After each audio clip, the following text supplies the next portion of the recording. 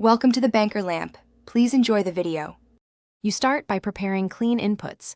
Import your 24-bit, 48K HZ files and split long takes into manageable segments.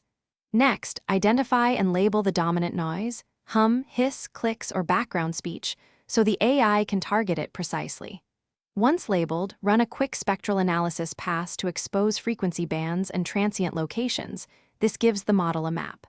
Finally, choose a conservative preset to preserve voice clarity while removing obvious steady-state noise, and preview a short section before committing. Now you move into the detailed execution.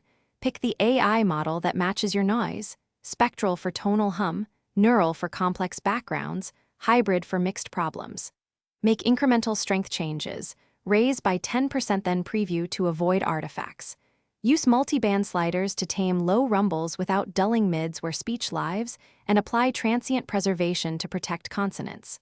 Once done, run a secondary pass focused on transient clicks and breaths, and check the waveform and spectrogram for any residual noise.